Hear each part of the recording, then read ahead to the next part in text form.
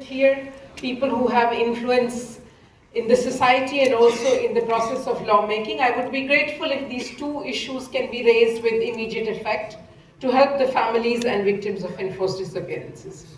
The second part I wanted to bring up is the new process of lawmaking. We all have heard, and today's newspaper reported that there will be soon a law on enforced disappearance. Here I would like to flag some reservations about the process because this lawmaking should be through broad consultations with victims and their families and not in a quiet room with few people who consider themselves to be experts. This is a very specific kind of experience and the process will only benefit by consulting with victims of enforced disappearances. The UN Working Group on Enforced Disappearances made a visit in June to Bangladesh.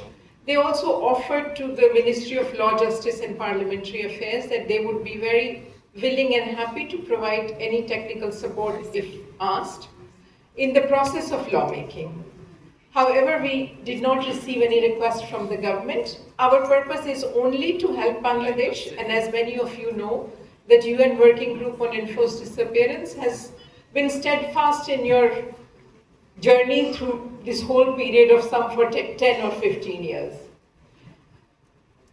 A draft of law that I have seen, I would like to raise three concerns here primarily.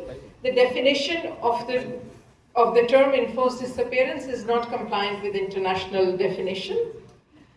The second challenge is that it says a government official, if a government official enforceably disappears a person.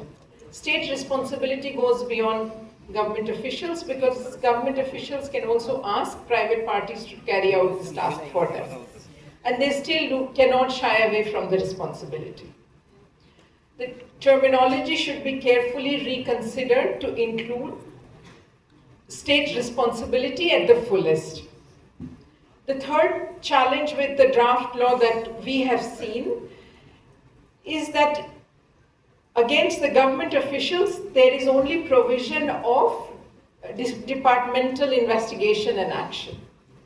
A lot of these acts of enforced disappearance are defined as crimes against humanity in Bangladesh's own International Crimes Tribunal law. How can Bangladesh have another law that only allows for departmental inquiry and investigation? These are very serious crimes. And I just wanted to repeat that accountability is the only guarantee of non-recurrence. If we do not hold those to account who have done it in the past, the likelihood of the same practices coming back now or later remains very high. Therefore, no lawmaking process should keep any particular agency in mind and to try and give them any relief. It should not focus on safeguarding perpetrators, but providing justice to victims and perpetrators.